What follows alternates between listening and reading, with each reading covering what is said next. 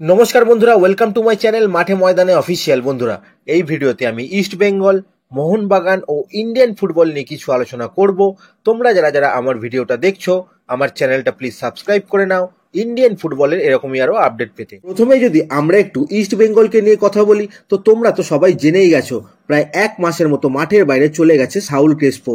হেক্টরও উড়িষ্যা ম্যাচে খেলতে পারবে না, আর তারও ওপরে চাপ বাড়াচ্ছে ডিয়ামান্টাকসের চোট। ডিয়ামান্টাকসের কুচকিতে চোট রয়েছে, সেই জন্য কিন্তু ডিয়ামান্টাকস পুরো দমে অনুশীলন করতে পারেনি। প্র্যাকটিস গ্রাউন্ডে যদিও গেছিল সে, এবং ডিয়ামান্টাকস কিন্তু কিছুক্ষণের জন্য ড্রেসিং রুমের সামনে দাঁড়িয়ে তারপরে কিন্তু সবার আগেই প্র্যাকটিস গ্রাউন্ড ছেড়ে চলে যায়। এবং উড়িষ্যা ম্যাচে কিন্তু থাকবেই না ডিয়ামান্টাকস, মানে টোটাল 3জন বিদেশিকে নিয়ে উড়িষ্যা ম্যাচে খেলতে নামবে ইস্ট বেঙ্গল। ক্লেটন সিলভা কিন্তু বলেছে এরা না থাকলেও ক্লেটন কিন্তু বাড়তি দায়িত্ব নেবে। এদের ছাড়াই কিন্তু প্ল্যানিং করছে কোচ অস্কার ব্রুজো, সেই হিসাবে কিন্তু তিনি প্র্যাকটিসও করাচ্ছেন।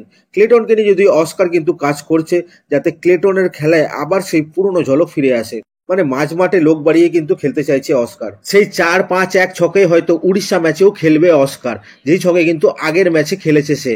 কারণ সাউলের অনুপস্থিতিতে মাঝ মাঠ জমাট করাই উদ্দেশ্য কোচ অস্কারের। এছাড়া আরো অনেক রকম পরিকল্পনাই তিনি করেছেন, দেখা যাক মাঠে সেগুলো কিরকম ফল দেয়। এরপর যদি আমরা একটু আনোয়ার আলীকে নিয়ে কথা বলি, তো কালকে 10 তারিখ ছিল, আমরা আগেই বলেছিলাম আনোয়ার আলীকে নিয়ে 10 তারিখ একটা হিয়ারিং আছে। সেই মতো কালকে কিন্তু হিয়ারিং হয়ে গেছে। কালকে হিয়ারিং এ মূলত কম্পেনসেশন নিয়ে কথা হয়েছে, মানে দিল্লি এফসি, আনোয়ার আলী আর ইস্ট বেঙ্গল কত টাকা ক্ষতিপূরণ দেবে মোহনবাগান সুপার জায়েন্টকে, সেই নিয়েই কিন্তু কথা হয়েছে। এবং পিএসসি কিন্তু মোহনবাগানের দাবি বাতিল করে দিয়েছে। অ্যাকচুয়ালি কি হয়েছে, মোহনবাগান প্রথমে 10 কোটি টাকা ক্ষতিপূরণ দাবি করেছিল, কিন্তু পরে বাড়িয়ে সেটা 22 কোটি করে ফাইল করে, তারপরে আবার 30 কোটি টাকা ক্ষতিপূরণ দাবি করে। তো পিএসসি কিন্তু সেটা বাতিল করে দিয়েছে। পিএসসি বলেছে প্রথমে যে অ্যামাউন্টটা ক্ষতিপূরণ হিসেবে ফাইল করা হয় সেটা আর পরে কিন্তু বাড়ানো যায় না। তো অরিজিনাল ডিমান্ড যেটা প্রথমে করা হয়েছিল 10 কোটি টাকা, তার উপরেই কিন্তু হিয়ারিং হবে। তো মোহনবাগান অবভিয়াসলি সেটা মানতে চায়নি, তারা কিন্তু কাউন্টার চ্যালেঞ্জ করেছে। তারা বলেছে যেহেতু পিএসসির আগের কমিটি বাতিল হয়ে গেছে, এটা পিএসসির নতুন কমিটি, তো নতুন কমিটির কাছে এটাই নতুন ফাইলিং, তাই 30 কোটির ওপরেই হিয়ারিং হোক। আগের কমিটিকে যেহেতু ভেঙে দেওয়া হয়েছে, তো তাদের কাছে করা ফাইলিংটা কেন ধরা হবে? যাই হোক, সেই কাউন্টার চ্যালেঞ্জ যদিও পিএসসি মানতে চায়নি, তারা 10 কোটির ওপরেই কিন্তু হিয়ারিং করবে। সেই জন্য আরেকটা ডেট 19 তারিখ দেওয়া হয়েছে শুনানির। এই কেসে তো তারিখ পে তারিখ চলতেই থাকবে, কিন্তু যেটা স্বস্তির বিষয় আনোয়ারের জন্য, সেটা হলো কিন্তু আনোয়ারকে আর ব্যান করতে পারবে না। কারণ ফিফা বলেই দিয়েছে তারা যতক্ষণ না নতুন রুল আনছে এই আরএসটিভি প্লেয়ার ট্রান্সফার নিয়ে, ততক্ষণ কোনো প্লেয়ারের এগেনস্টে কোনো ডিসিশন দেওয়া যাবে না।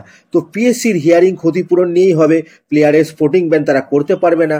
আর এই টাকা পয়সা নিয়ে হিয়ারিংও আমার আই ওয়াশিংই মনে হয়, কারণ আলটিমেট কিন্তু কোনো লাভই হবে না। যতই ডিমান্ড হোক, শেষ পর্যন্ত কিন্তু ফিফাতে গিয়ে এর ফয়সলা হবে। দেখা যাক এখন কি হয়। এরপরে যদি আমরা একটু ইস্ট বেঙ্গলের দলবদল নিয়ে আলোচনা করি, তো 3টে প্লেয়ারের চোট ইস্ট বেঙ্গলের ট্রান্সফার মার্কেটের পুরো সমীকরণই বদলে দিল। কারণ ইস্ট বেঙ্গল যে প্ল্যানিংটা করেছিল সেটা আর এখন করতে পারবে না, পুরো চিন্তা ভাবনাই বদলাতে হবে।